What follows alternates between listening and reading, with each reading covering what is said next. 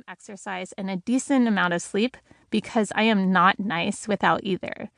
All of it needed to factor in whether I'd still have enough energy to enjoy the moments I shared with Leo and my husband Rob at the end of the day. The real problem I was wrestling with on the train that night was that I wanted to do it all. I loved my job.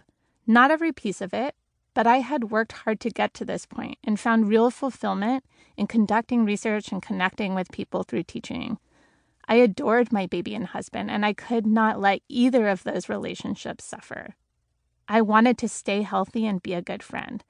And even though I didn't like doing chores, it was important to me that I be a competent contributor to a well-functioning household and society. I had felt busy before. In fact, I couldn't remember a time in which I hadn't felt like I was racing against the clock, trying to achieve as much as possible during every hour. And I'm not alone in this. We live in a culture driven towards productivity, so much so that busyness has become a status symbol that is taken to signal an individual's worth. But I knew, both personally and according to my research, that this rushing around does not feel fancy. Yes, having a baby had loaded more onto my plate. I was no longer in charge of just myself and my career. Now I was fully responsible for another person's survival and well-being. But it was even more than the additional to-dos that came with a baby. Seeing him grow made me realize how quickly time was passing. Watching how much Leo had changed in just a few months highlighted how fast everything was flying by. I did not want to miss any of it simply because I was in a rush. I didn't want to speed past his childhood. I didn't want to speed through my life. I wanted more time, but not just time to get more done. I wanted more so I could slow down to actually experience the hours that I spent. When looking at my life, I wanted to feel happy and not only see a blur. With my forehead on the cool window, watching the world outside speeding by, it suddenly seemed that quitting everything and moving to a sunny, slow-paced island somewhere was the optimal solution. And I would invite Leo and Rob to join me. The wisdom of data. As a social psychologist, I'm constantly looking to data to find answers for whatever questions I'm personally grappling with. So really, I'm only partially joking when I explain my work by telling people that I conduct research.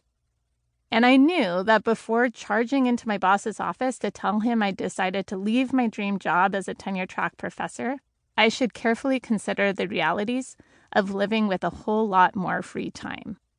Before I asked Rob to walk away from his career and pack for the beach, I needed to know whether I'd indeed be happier trading an overflowing to-do list for a blank one. With more available hours in the day, would I actually feel more satisfied with my life? To empirically guide me through this particular crisis, I recruited a couple of my favorite collaborators, Hal Hirschfield and Marissa Sharif. We found a data set to analyze that captured for tens of thousands of working and non-working Americans all of the activities constituting a regular day in their lives, as well as their overall satisfaction with their lives. This treasure trove of data meant that I wouldn't have to rely on advice from any one individual. Instead, we could identify significant trends across a large group of people, which would provide a much more reliable prediction. This data from the American Time Use Survey would help us answer the pressing question: what is the relationship between the amount of discretionary time people have in their daily lives and their overall happiness? As a first step in our analysis, we calculated the varying amounts of time people had available to spend on discretionary activities, things people want to do. This included doing nothing, relaxing, and watching TV. It also encompassed more active leisure pursuits like playing sports or going to the movies or sporting events. And it contained purely social activities like hanging out with friends and family. Importantly, this calculation of available time did not incorporate the day's hours spent on obligatory tasks, things people have to do. For instance, the litany of work tasks, household chores, dentist and doctor's appointments, and errands were all grouped as non-discretionary activities, counting as time that was unavailable. We then tested how this calculated amount of discretionary time related to people's satisfaction in life.